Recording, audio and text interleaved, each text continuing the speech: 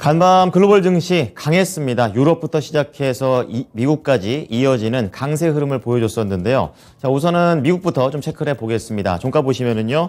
자, 이날 다우 지수가 2%나 올랐고요. 그리고 S&P 500 지수 2.5% 회복했습니다. 그리고 나스닥 지수는 특히 강했습니다. 3.6%로 거의 3대 지수 중에서 가장 강한 흐름을 보여줬습니다. 자, 시장에 영향을 준 키워드는 딱 한 가지입니다. 유가가 되겠는데요. 이 유가에서 모든 게 파생됐다라고 보시면 되겠습니다. 자, 우선 WTI가 두 자릿대로 크게 하락했습니다. 그러니까 빠르게 원래 가격대로 좀 회복을 하고 있다는 관점으로 보셔야 되겠고요. 브렌트유 역시 장중에 17% 이상 밀리게 되면서 유가가 안정세를 좀 찾아가고 있습니다. 아무래도 이 오펙 플러스 국가 중에 하나인 아랍에미리트 쪽에서 증산을 좀 빠르게 하겠다라는 그런 보도가 외신으로부터 나오면서 유가가 영향을 받은 것인데요.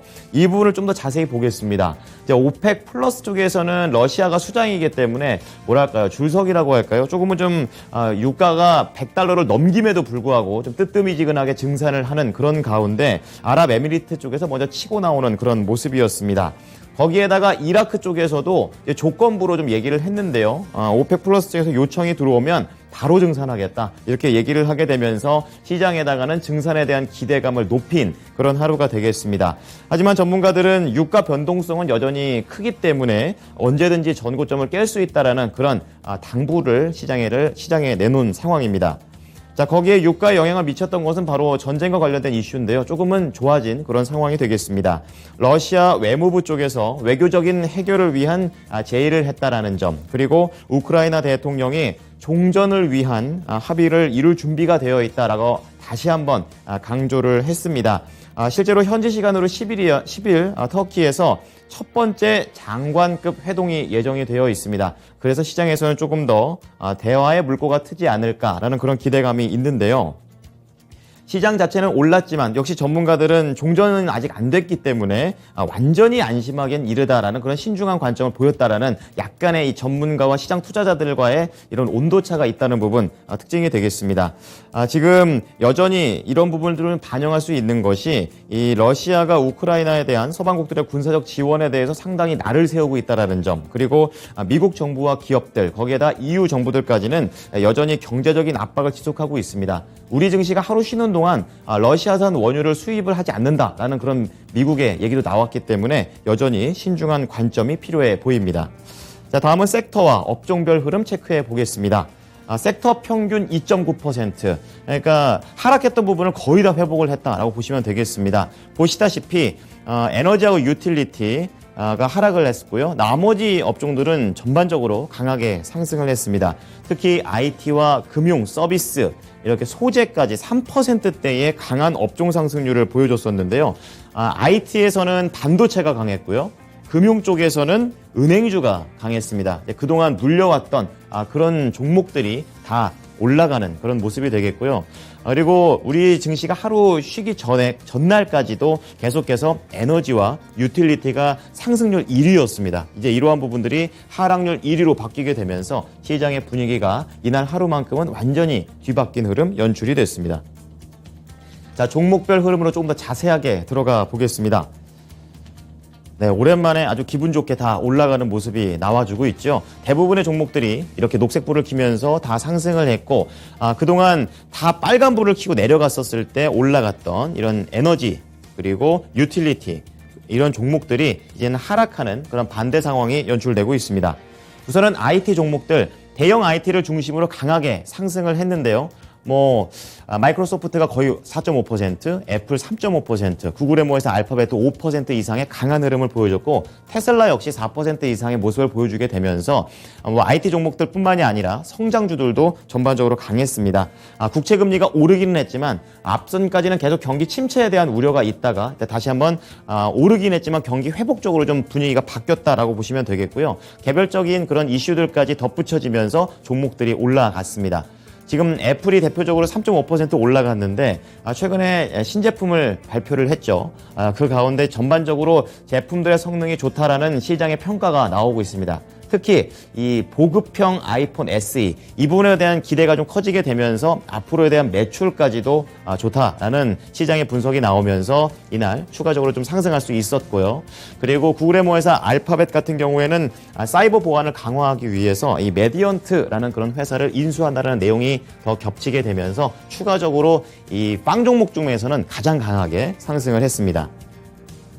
자, 그리고 국내 증시랑 연결성이 깊은 반도체에도 체크를 해보겠습니다.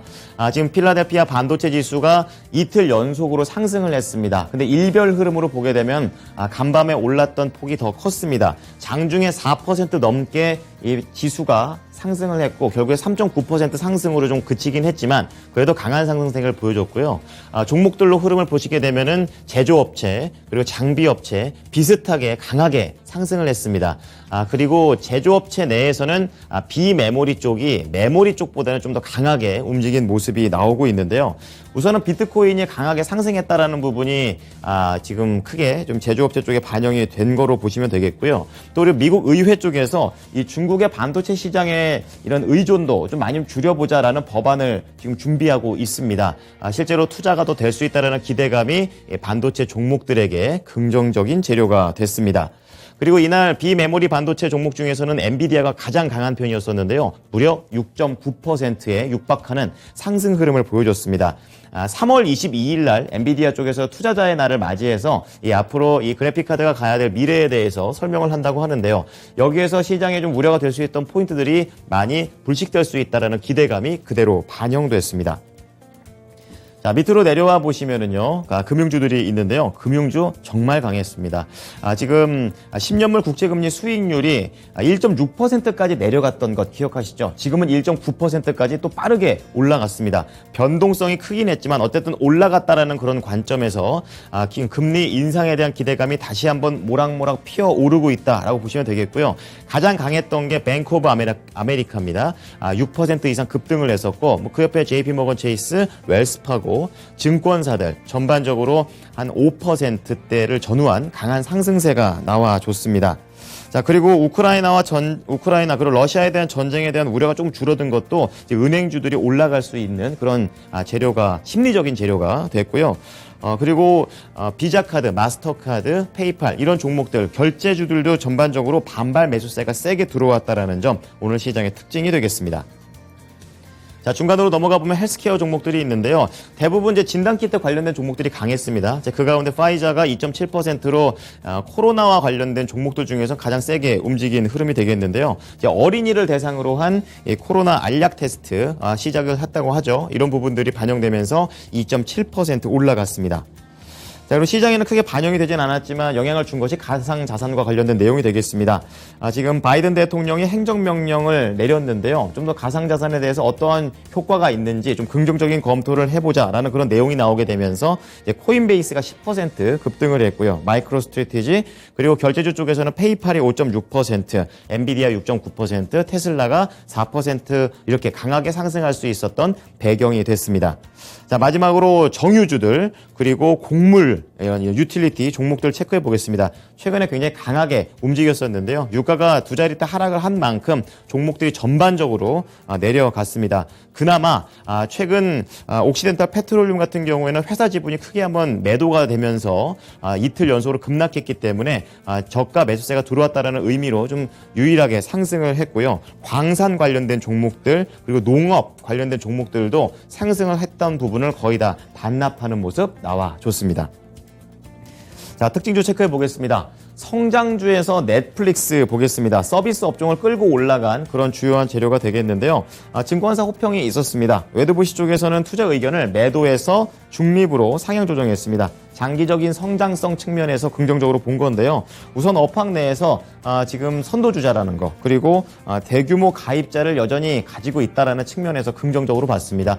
4.9% 올라가면서 최근에 계속 지지분이했죠. 그리고 음봉이 6번 나오다가 다시 한번 반등의 모멘텀을 잡는 그런 모습입니다. 주당 358달러의 거래를 마쳤습니다. 자, 다음은 리오프닝주의 대표적인 종목 중에 하나죠. 바로 이 항공주 보잉입니다. 지금 렌젠버그 앤 컴퍼니 증권사에서 투자 의견을 매수 등급으로 상향 조정했습니다. 분석가들은 이 상업적인 항공 우주 산업이 좀 본격화가 되고 있고 거기에다가 2022년 말, 그러니까 올해 말까지 정상 수준의 한 80% 수준까지는 지금 여행 승객이 회복이 될 것이다라는 그런 전망이 나오게 되면서 올랐습니다. 2.8% 상승하면서 음봉으로 마감했지만 바닥 찍고 올라옵니다. 178달러에 거래를 마쳤습니다.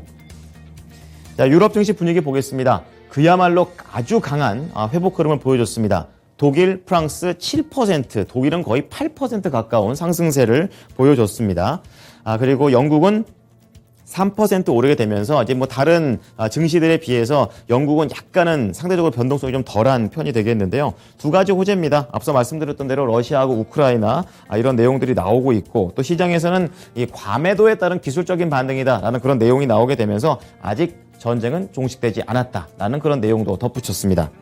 자, 상품 시장 보겠습니다. 유가 급락했습니다. 12% 이상 크게 밀리게 되면서 거의 뭐 150달러 가는 건 아니냐 이런 얘기 있었었는데 지금 다시 한번 110달러 선대까지 좀 내려와 있고요. 그리고 구리 가격도 2.2%, 이날 비철금속 시장에 있는 모든 품목들이 큰 폭으로 하락을 했다라는 부분 참고해 보셔야겠습니다. 10,000달러를 하회하는 구리 가격이고요. 그리고 증시가 이렇게 올라가는 만큼 안전자산에 대한 선호 현상이 좀 많이 줄어든 흐름입니다. 금값이 2.3%, 그리고 10년물 국채 수익률, 지금 국제가가 떨어졌기 때문에 수익률은 3.3bp 오른 1.9%대까지 재상승을 했습니다. 자, 미국 현지 연결해 보겠습니다. SH인베스트먼트 김선영 연구원입니다. 연구원님, 안녕하십니까? 예, 안녕하십니까? 네, 위험자산 선호 현상이 강했던 하루가 되겠습니다. 3대 지수 일제히 올랐는데요. 어떠한 재료가 있었습니까? 예, 오늘 뉴욕 증시는 그간 급등하던 국제 유가가 큰 폭으로 하락한 데 따른 안도감 속에 저가 매수세가 유입되면서 3대 지수가 모두 급등했으며 특히 나스닥이 3.6%의 급등세를 보이면서 눈길을 끌었습니다. 미국과 영국이 러시아산 석유 수입을 금지하는 추가 제재에 나서고 유럽연합 EU는 러시아 정부 관리와 신흥재벌인 올리가르이 등을 제재 대상에 추가하는 데 합의했다는 뉴스로 그간 연일 급등하면서 13년 최고치에 올라섰던 WTI 국제 유가가 11% 넘게 급락한 것을 비롯해 상품 가격이 일제히 하락하면서 금융시장의 호재로 반영이 됐으며 바이든 행정부가 가상화폐 연구를 지시하는 행정명령에 서명했다는 소식에 비트코인을 비롯한 가상화폐 가격이 일제히 큰 폭으로 반등하는 등 위험자산에 대한 선호 현상이 높아진 모습을 보이고 있습니다. 한편 오늘 발표된 경제지표들은 다소 부진한 결과를 보였는데요.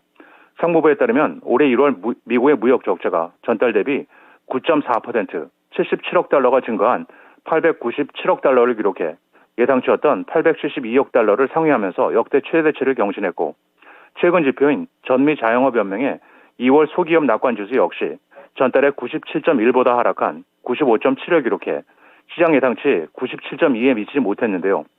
역대 최대인 26%의 소기업들이 인플레이션을 사업상의 최대 문제로 지적을 한 것으로 나타나고 있습니다. 한편 폐장 후 아마존이 20대 1의 주식 분할과 100억 달러 규모의 자사주 매입 계획을 발표하면서 시간 외 거래에서 7% 가까이 급등하며 내일 나스닥 시장에는 긍정적으로 작용할 것으로 보입니다. 말씀드린 대로 조 바이든 대통령이 암호화폐와 디지털 자산에 대한 장단점을 조사하고 재무부를 비롯해 관련 기관에서 중앙은행 디지털 화폐인 CBDC 연구에 착수하기 위한 행정명령에 서명했다는 뉴스로 오늘 비트코인을 비롯한 가상화폐 가격이 일제히 급등했습니다. 이번 행정명령에 따르면 연방정보기관들은 공조를 통해 화폐 소유에 따른 이득과 위험 그리고 법정 암호화폐 출범 여부에 대해 논의를 해야 하며 이것이 연방정부 차원의 단일화된 규제 방안에 마련이 될 전망으로 전문가들은 예측을 하고 있습니다. 백악관 측은 이번 행정명령에 따라 상무부와 재무부를 비롯해 연방기구들이 공조를 통해 디지털 자산 규제에 대한 방안을 마련해야 한다면서 디지털 자산이 내포가 있는 위험과 기회를 제어하기 위해 포괄적이고 순수한 정부 차원의 대응이 필요하며 디지털 자산 부음은 금융혁신과 기술혁신이라는 상당한 잠재적 이점을 갖고 있다고 지적을 하고 있습니다. 한편 경제 붕괴 직전에 놓인 러시아가 최근 기축통화인 달러화 체제에 대항해 가상자산을 활용할 수 있다는 관측이 제기됐던 가운데 이번 결정이 나온 터라 시장에 주목을 끌고 있는 상황입니다. 영국 기반의 경제 연구기관인 펜티온 매크로 이코노믹스가 러시아와 우크라이나 전쟁 영향을 이유로 올해 유로존의 GDP 전망치를 기존보다 0.6%포인트 낮춘 3.2%로 제시하고 있습니다.